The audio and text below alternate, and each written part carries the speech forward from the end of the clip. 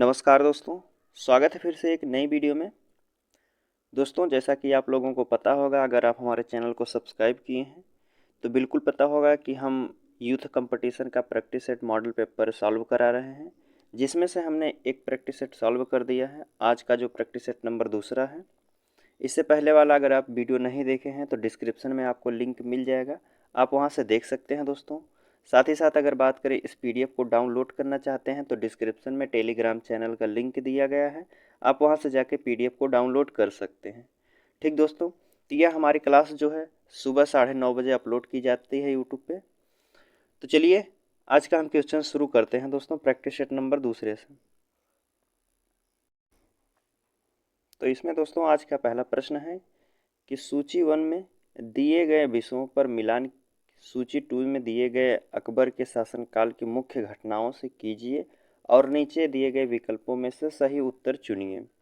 तो ठीक है दोस्तों, चलिए हम देख लेते हैं, मिलान करना है हमको। इसमें पूछा जा रहा है कि जो 1564 में क्या किया था अकबर। तो 1564 की बात करें दोस्तों तो इसमें जजिया का उन्मूलन है। क्या 1564 में जजिया का उन्मूलन ऑप्शन सी के साथ मिलेगा। और बात इधर से मिलाया जाए तो दहसाला सिस्टम है दोस्तों, दहसाला प्रणाली कब लागू किया था अकबर, तो यह लागू किया था आपको 1582 ईस्वी में। और बात करें मजहर की उद्घोषणा कब किया था, तो मजहर की जो उद्घोषणा किया था दोस्तों यह 1579 में किया था। और जो इबादत खाना की स्थापना किया था यह किया था 1575 ईस्वी में। तो हमारा मिलेगा कौन सा, पहले का तीसरा दूसरे का चौथा। देख लेते हैं, पहले का तीसरा दूसरे का चौथा, पहले का तीसरा दूसरे का चौथा ऑप्शन सी में दिख रहा है दोस्तों। तो हमारा जो है आंसर ऑप्शन सी हमारा सही होगा। अगले प्रश्न की बात करते हैं तो दूसरा प्रश्न पूछा जा रहा है, किसने एक तरफ संस्कृत मुद्रा लेख के साथ चांदी के सिक्के निर्गत किए थे। कौन शासक था दोस्तों कि जो एक तरफ संस्कृत मुद्रा लेख के चांदी के सिक्के निर्गत किए थे दोस्तों। ऑप्शन आपके सामने है, मोहम्मद बिन कासिम, महमूद गजनवी, शेर शाह सूरी या फिर अकबर था। तो इसका सही आंसर जो होगा दोस्तों, मोहम्मद गजनवी जो था एक तरफ संस्कृत मुद्रा लेख के चांदी के सिक्के चलाया था। कौन था, महमूद गजनवी। ऑप्शन बी हमारा सही होगा। अगले प्रश्न की बात करते हैं तो इसमें पूछा जा रहा है, दक्षिण भारत का प्रसिद्ध जो है तक्कोलम का युद्ध हुआ था, जो तक्कोलम का युद्ध हुआ था दोस्तों किसके किसके बीच में हुआ था, चोल एवं उत्तर चालुक्य के मध्य में, या फिर चोल एवं राष्ट्रकूटों के बीच हुआ था, चोल एवं होयसल के बीच, या फिर चोल एवं पांड्यों के बीच में हुआ था। जो तक्कोलम का युद्ध हुआ था दोस्तों यह हुआ था चोल और राष्ट्रकूटों के बीच में। किसमें, चोल और राष्ट्रकूटों के बीच में हुआ था। ऑप्शन बी हमारा सही होगा। अगले प्रश्न की बात करते हैं तो इसमें पूछा जा रहा है, प्रारंभिक जैन साहित्य जो है निम्नलिखित में से किस भाषा में लिखा गया था। प्रारंभिक जैन साहित्य जो है निम्नलिखित में से किस भाषा में लिखा गया था, अर्धमागधी में, पाली में, प्राकृत में या फिर संस्कृत में। तो जैन साहित्य पहली बार जो प्रारंभिक जैन साहित्य लिखा गया था दोस्तों यह आपका लिखा गया था अर्धमागधी भाषा में लिखा गया था। इसमें अर्धमागधी भाषा में। ऑप्शन ये हमारा सही होगा। अगले प्रश्न की बात करते हैं तो इसमें पूछा जा रहा है कि मानव समाधानों में कुत्ते दफनाने के साक्ष्य कहाँ से मिले हैं। मानव के साथ साथ कुत्ते दफनाने का जो साक्ष्य मिला है दोस्तों यह कहाँ से मिला है, गुफकराल में मिला है, बुर्जहोम से मिला है, मार्तंड से मिला है, मेहरगढ़ से मिला है। तो मानव के साथ साथ है कुत्ते को दफनाने का जो साक्ष्य मिला है दोस्तों यह आपका बुर्जहोम से मिला है। ऑप्शन बी हमारा होगा बुर्जहोम, जो कि कहाँ है, जम्मू कश्मीर में है। कहाँ है, जम्मू कश्मीर में। ठीक, आगे बात करते हैं अगले प्रश्न की। तो इसमें पूछा जा रहा है दोस्तों, एक मिनट, इसमें पूछा जा रहा है बोर्ड ऑफ कंट्रोल की स्थापना किस अधिनियम के अंतर्गत की गई थी। बोर्ड ऑफ कंट्रोल की स्थापना किस अधिनियम के अंतर्गत की गई थी। ऑप्शन आपके सामने है, रेगुलेटिंग एक्ट 1773, या सेट सेटलमेंट अधिनियम 1781, चार्टर अधिनियम 1813 या पिट्स इंडिया अधिनियम 1784 में। तो जो बोर्ड ऑफ कंट्रोल की स्थापना की गई थी दोस्तों, यह आपकी की गई थी पिट्स इंडिया अधिनियम 1784 के तहत। ऑप्शन डी हमारा सही होगा दोस्तों। अगले प्रश्न की बात करते हैं, तो इसमें पूछा जा रहा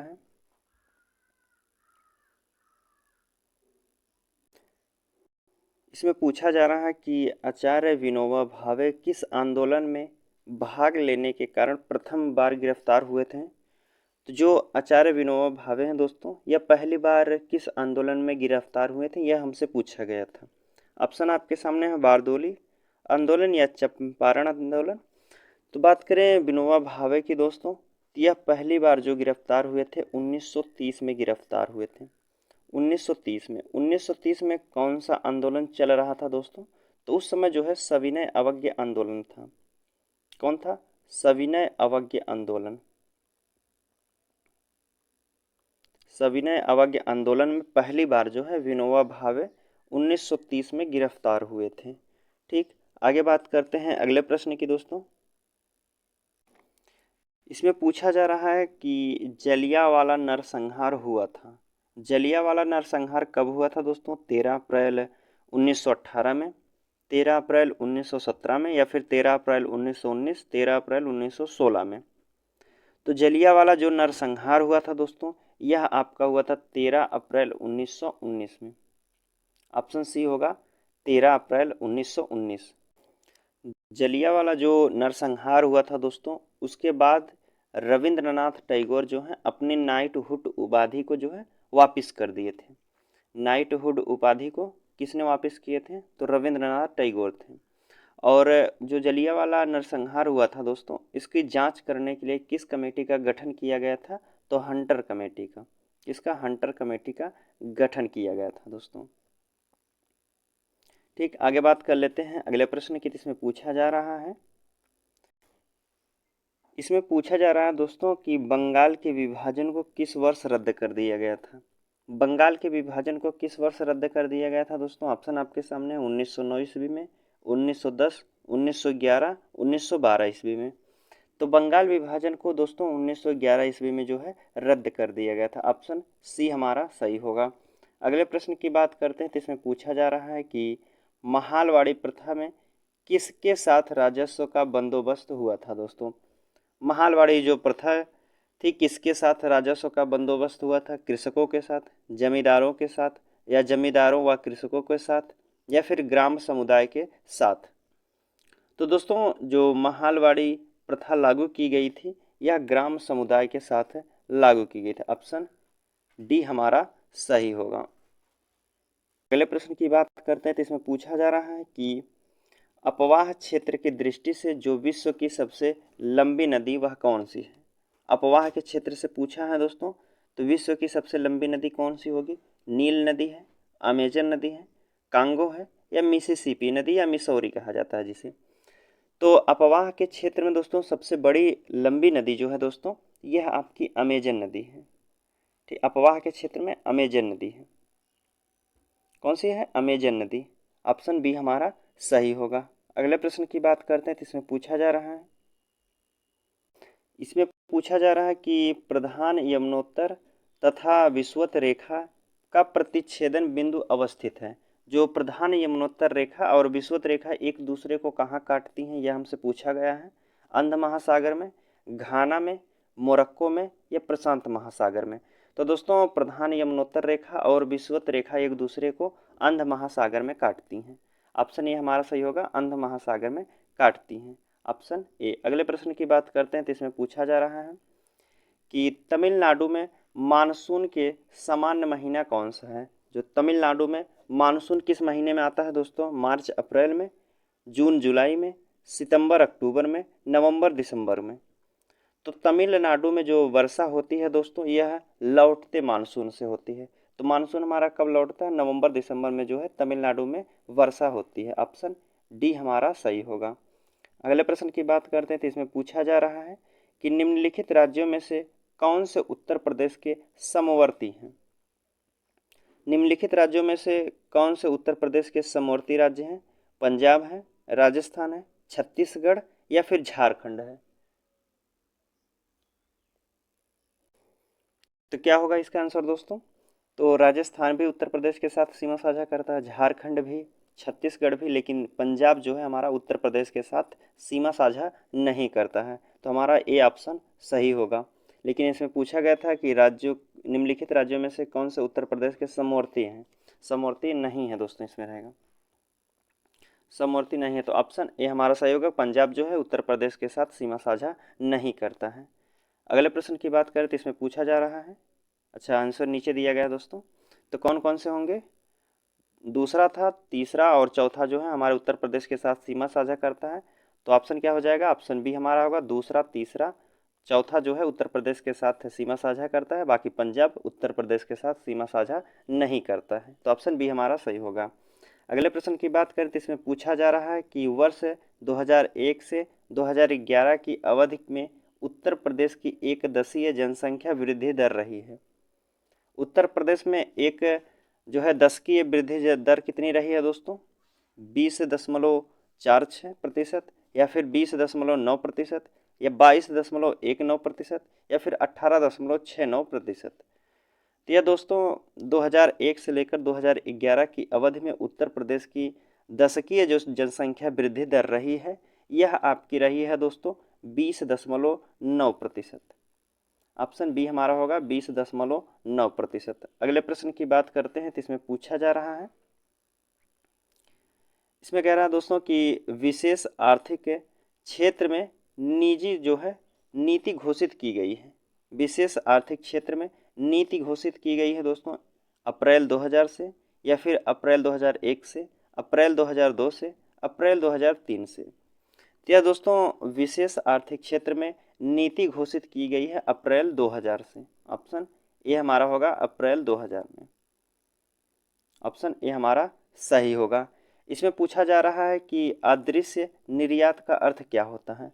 अदृश्य निर्यात का अर्थ क्या होता है दोस्तों? तो सेवाओं का निर्यात होता है।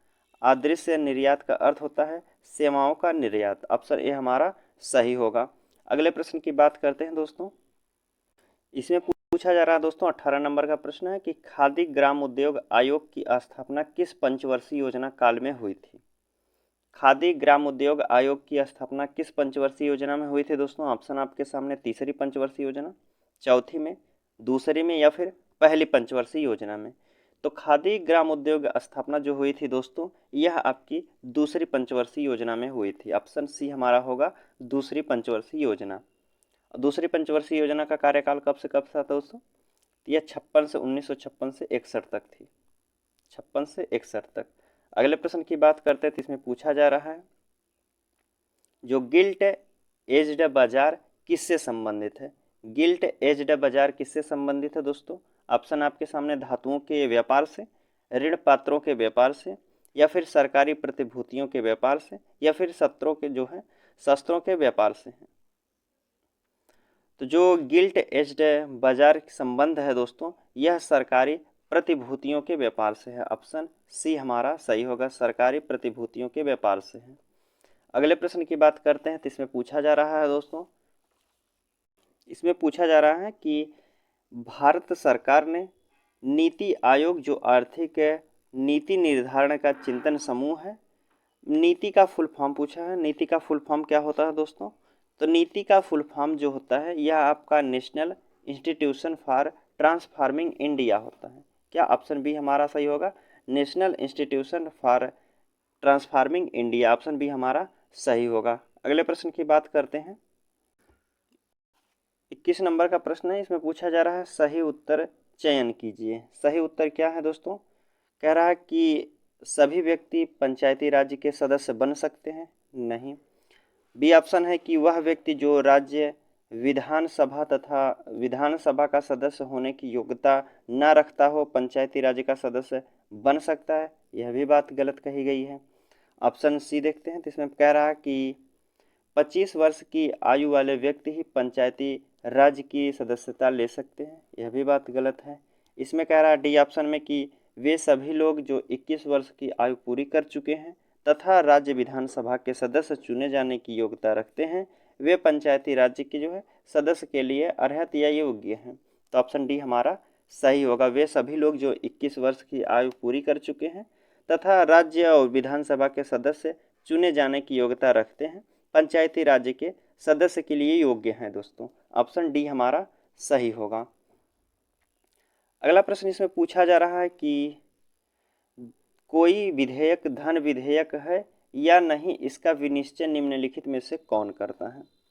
कोई विधेयक जो है धन विधेयक है या नहीं है, इसका निश्चय कौन करते हैं। वित्त मंत्री करते हैं, राज्यसभा सभापति करते हैं, या फिर भारत का राष्ट्रपति या लोकसभा के अध्यक्ष करते हैं।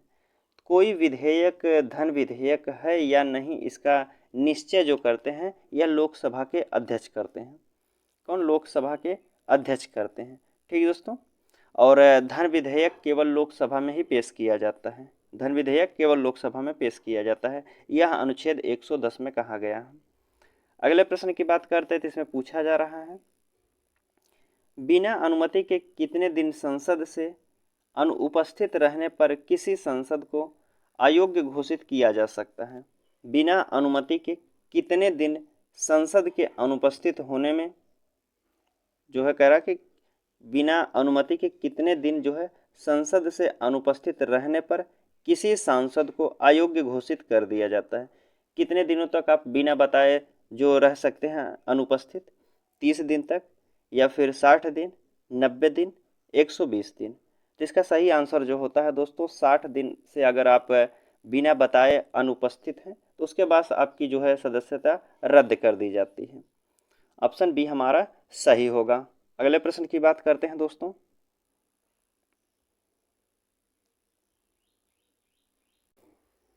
पच्चीस नंबर का प्रश्न है दोस्तों। पूछा जा रहा है कि भारतीय संविधान इनमें से किसका जो है सर्वाधिक ऋणी है। सर्वाधिक कर्जदार किसका है दोस्तों?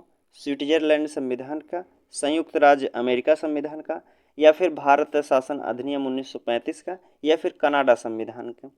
तो दोस्तों भारतीय संविधान इनमें से जो है सर्वाधिक कर्जदार किसका है? तो भारत शासन अधिनियम 1935 का। ऑप्शन सी हमारा होगा, भारत शासन अधिनियम 1935 का ऋणी है। ऑप्शन सी हमारा सही होगा। अगले प्रश्न की बात करते हैं तो 26 नंबर का प्रश्न पूछा जा रहा है, रक्त होता है। रक्त क्या होता है दोस्तों? एक संयोजी ऊतक है, या फिर एक उपकालिक ऊतक है, या ए बी दोनों है, या इनमें से कोई नहीं। तो रक्त दोस्तों जो होता है एक संयोजी ऊतक होता है। ऑप्शन ए हमारा सही होगा। जो रक्त है एक संयोजी ऊतक है। अगले प्रश्न की बात करते हैं तो इसमें पूछा जा रहा है, निम्नलिखित जंतुओं में से किसमें जो है 3 प्रकोष्ठ वाला हृदय होता है। निम्नलिखित जंतुओं में से किसमें जो है 3 प्रकोष्ठ वाला हृदय होता है? बंदर में, मगरमच्छ में, मछली में, या फिर मेढक में होता है। तो 3 प्रकोष्ठ वाला जो हृदय होता है दोस्तों यह आपका मेढक में होता है।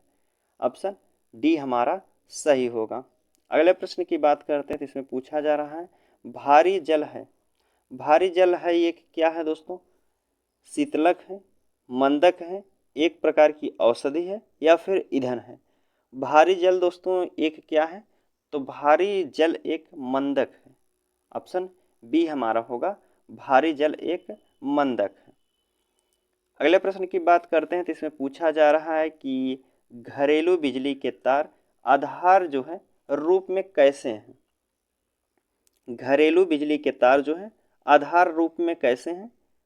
श्रेणीबद्ध संयोजन है, समांतर संयोजन है, श्रेणीबद्ध और समांतर संयोजन का संयोग है, या फिर प्रत्येक कक्ष में श्रेणीबद्ध संयोजन और दूरी जगह समयांतर संयोजन है। इसका सही आंसर क्या होगा? घरेलू बिजली के तार आधार रूप में कैसे हैं दोस्तों? तो यह आधार रूप में समांतर संयोजक होते हैं, समांतर संयोजन है। ऑप्शन बी हमारा सही होगा। अगले प्रश्न की बात करते हैं तो 30 नंबर का प्रश्न पूछा जा रहा है। इसमें कह रहा है कि डेसिबल किसे मापने के प्रयोग में लाया जाता है। जो डेसिमल है किसे नापने के प्रयोग में लाया जाता है? यह जो डेसिमल नापने के प्रयोग में लाया जाता है दोस्तों यह वातावरण की ध्वनि को नापा जाता है। डेसिबल से क्या नापा जाता है? डेसिबल से वातावरण की ध्वनि नापा जाता है। ऑप्शन सी हमारा सही होगा। अगले प्रश्न की बात करते हैं दोस्तों, इसमें मैथ का क्वेश्चन शुरू होता है। मैथ का क्वेश्चन शाम 3:30 बजे अपलोड किया जाएगा दोस्तों। तो चलिए आगे देख लेते हैं हिंदी का प्रश्न।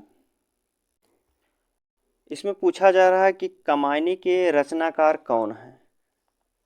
कमायनी के जो है रचनाकार कौन है? ऑप्शन आपके सामने जयशंकर प्रसाद, सुमित्रा नंदन पंत हैं, सूर्यकांत त्रिपाठी निराला जी हैं, या महादेवी वर्मा जी। तो कमायनी के जो रचनाकार हैं दोस्तों, यह जयशंकर प्रसाद हैं। ऑप्शन ए हमारा सही होगा। कमायनी के जो रचनाकार हैं जयशंकर प्रसाद हैं। अगले प्रश्न की बात करते हैं, तो इसमें पूछा जा रहा है दूध का धुला होना मुहावरे का अर्थ क्या होता है। दूध का धुला होना मुहावरे का अर्थ क्या होता है? निर्दोष होना, दोषी होना, पाप करना, चोरी करना। तो दूध का धुला होना मुहावरे का जो सही अर्थ होता है दोस्तों, निर्दोष होना होता है। क्या होता है? निर्दोष होना। ऑप्शन ए हमारा सही होगा। अगले प्रश्न की बात करते हैं, तो 38 नंबर का प्रश्न पूछा जा रहा है कि हिंदी वर्तनी के आधार पर सही वाक्य का चयन कीजिए। हिंदी वर्तनी के आधार पर जो है सही वाक्य हमसे चुनना है कि तुम इसके दाम देते जाओ, या बी ऑप्शन है तुम इसका दाम देते जाओ, तुम इसके दाम देते जाओ, या फिर डी ऑप्शन है तुम इसका दाम देते जाओ। तो इसमें जो सही वर्तनी हिंदी की दृष्टि से है दोस्तों, आधार सही वाक्य जो है, इसका सही वाक्य होता है तुम इसका दाम देते जाओ। क्या होता है? तुम इसका दाम देते जाओ। ऑप्शन बी हमारा सही होगा। अगले प्रश्न की बात करते हैं, 39 नंबर का प्रश्न पूछा जा रहा है कि कौन सा जोड़ा समरूपी भिन्नार्थक शब्द नहीं है। कौन सा जोड़ा समरूपी भिन्नार्थक शब्द नहीं है, कौन सा गलत है? तो क्या होगा इसमें? इसमें दिया गया जैसे अनुचर का नौकर होता है, ये भी एक ही अर्थ दिया। आदि का अंत होता है, उसका पर्यायवाची है। अभिनय का नाटक, ये भी सही है। तो हमारा गलत क्या होगा? ऑप्शन ए जो है हमारा गलत है। अवधि का, अवधि जो होता है सिम जो है समरूपी भिन्नार्थक शब्द देते हैं, जो है समरूपी भिन्नार्थक शब्द देते हैं। ऑप्शन ए हमारा सही होगा। अगले प्रश्न की बात करते हैं, तो 40 नंबर का प्रश्न पूछा जा रहा है। इसमें कह रहा है दोस्तों कि निम्नलिखित में से कौन सा शब्द चंद्रमा का पर्यायवाची नहीं है। इसमें चंद्रमा का पर्यायवाची नहीं है, विधु नहीं है, शशि नहीं है, चांद नहीं है, या सुत नहीं है। तो चंद्रमा का पर्यायवाची सुत नहीं होता है दोस्तों, सुत चंद्रमा का पर्यायवाची नहीं होता है। चलिए अगला प्रश्न देखते हैं। इसमें पूछा जा रहा है कि निम्न में से कौन सी पुस्तक सरोजिनी नायडू द्वारा लिखित नहीं है। इनमें से कौन सी पुस्तक है जो सरोजिनी नायडू द्वारा नहीं लिखी गई है? द ब्रोकन विंग है, द गोल्डन थ्रेश होल्ड है, या फिर द बर्ड ऑफ टाइम्स है, या द गोल्डन बर्ड है। तो इनमें से कौन सी पुस्तक सरोजिनी नायडू द्वारा नहीं लिखी गई है? तो सरोजिनी नायडू द्वारा जो यह पुस्तक है द गोल्डन बर्ड, यह इनके द्वारा नहीं लिखी गई है। किसके द्वारा लिखी गई है दोस्तों? तो ग्रीम ब्रदर्स द्वारा लिखी गई है द गोल्डन बर्ड। किसके द्वारा? ग्रीम ब्रदर्स के द्वारा, ग्रीम ब्रदर्स के द्वारा लिखी गई है। ऑप्शन सी हमारा सही होगा। अगले प्रश्न की बात करते हैं, तो इसमें पूछा जा रहा है कि मोहिनी अट्टम नृत्य समरूप निम्नलिखित में से किस राज्य से संबंध है। मोहिनी अट्टम का संबंध किस राज्य से है? उड़ीसा से है, केरल से है, कर्नाटक से है, तमिलनाडु से है। तो मोहिनी अट्टम की बात करें दोस्तों, तो यह आपका है केरल राज्य से संबंध है। मोहिनी अट्टम का केरल राज्य से। उड़ीसा का जो होता है ओडिसी होता है, और कर्नाटक की बात करें तो यहाँ यक्षगान नृत्य है, और तमिलनाडु की बात करें तो भरतनाट्यम है। तमिलनाडु भरतनाट्यम, कर्नाटक की यक्षगान है, और उड़ीसा का तो ओडिसी है। अगले प्रश्न की बात करें तो इसमें पूछा जा रहा है 53 नंबर का प्रश्न है। इसमें कह रहा है कि निम्नलिखित में से कौन सी ग्रीन हाउस गैस नहीं है। इनमें से कौन गैस है जो ग्रीन हाउस गैस नहीं है? मीथेन, नाइट्रोजन, जलवाष्प, कार्बन डाइऑक्साइड। तो ग्रीन गैस नहीं है दोस्तों, यह आपकी नाइट्रोजन जो है ग्रीन गैस नहीं है। ऑप्शन बी हमारा सही होगा। अगला प्रश्न पूछा जा रहा है कि परितंत्र के दो मूल घटक हैं। परितंत्र के 2 मूल घटक कौन कौन से हैं? पौधे और प्राणी, जीवी और अजीवी, या फिर पौधे और प्रकाश, या घास पात और सूक्ष्म जीव। तो परितंत्र के 2 मूल घटक होते हैं दोस्तों, जीवी और अजीवी। ऑप्शन बी हमारा सही होता है, जीवी और अजीवी। अगले प्रश्न की बात करें तो इसमें पूछा जा रहा है पोर्ट ब्लेयर किसकी राजधानी है? पोर्ट ब्लेयर किसकी राजधानी है? अंडमान और निकोबार द्वीप समूह की, दमन और दादर नगर हवेली की, या फिर पांडुचेरी या लक्षद्वीप की है? तो दोस्तों पोर्ट ब्लेयर जो राजधानी है यह अंडमान निकोबार द्वीप समूह की राजधानी कहाँ है? पोर्ट ब्लेयर पर है और दक्षिणी अंडमान पर है। अगले प्रश्न की बात करते हैं तो 56 नंबर का प्रश्न पूछा जा रहा है कि निम्नलिखित में से कौन सी भूमि किसी भी देश के स्वामित्व में नहीं है? कौन सी भूमि है जो उस पर किसी देश का अधिकार नहीं है? वानुआतू है, अंटार्कटिका है, ग्रीनलैंड है, या सोलोमन द्वीप समूह है? तो दोस्तों इनमें से जो है यह अंटार्कटिका है। इस पर किसी देश का जो है, जो किसी देश का नहीं है, किसी देश का स्वामित्व में नहीं है, तो अंटार्कटिका जो है किसी के देश का नहीं है। अगले प्रश्न की बात करते हैं तो इसमें 57 नंबर का प्रश्न पूछा जा रहा है, राष्ट्रपति द्वारा राज्यसभा में कितने सदस्यों को नामित किया जा सकता है? राष्ट्रपति द्वारा जो है राज्यसभा में कितने सदस्यों को नामित किया जाता है? 10 को, 22 को, 12 को, या फिर 9 सदस्यों को? तो राष्ट्रपति द्वारा जो है अनुच्छेद 80 के तहत यह 12 सदस्यों को नामित किया जाता है। 12 सदस्यों को जो है नामित किया जाता है। और यह किस संविधान से लिया गया है? तो यह आयरलैंड के संविधान से लिया गया है कि राष्ट्रपति द्वारा राज्यसभा में जो है 12 सदस्यों को नामित किया जाएगा, और इस जिसका उल्लेख जो है अनुच्छेद 80 में कहा गया है। अगले प्रश्न की बात करते हैं तो इसमें पूछा जा रहा है, इसमें कह रहा है कि किस मंदिर जो है, कौन मंदिर है?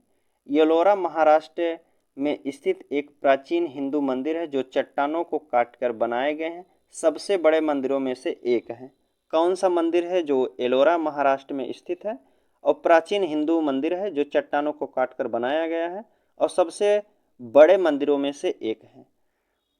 जो है पातालेश्वर मंदिर है, या फिर भैरव का दूधनाथ, या फिर कैलाश मंदिर है? तो इसका सही आंसर जो होगा दोस्तों कैलाश मंदिर है। कैलाश मंदिर एलोरा महाराष्ट्र में स्थित है। यह प्राचीन हिंदू मंदिर है जो चट्टानों को काटकर बनाया गया और सबसे बड़े मंदिरों में से एक है। तो कौन सा होगा? कैलाश मंदिर। और इसकी बात करें तो इसका निर्माण जो हुआ था 8वीं शताब्दी में हुआ था।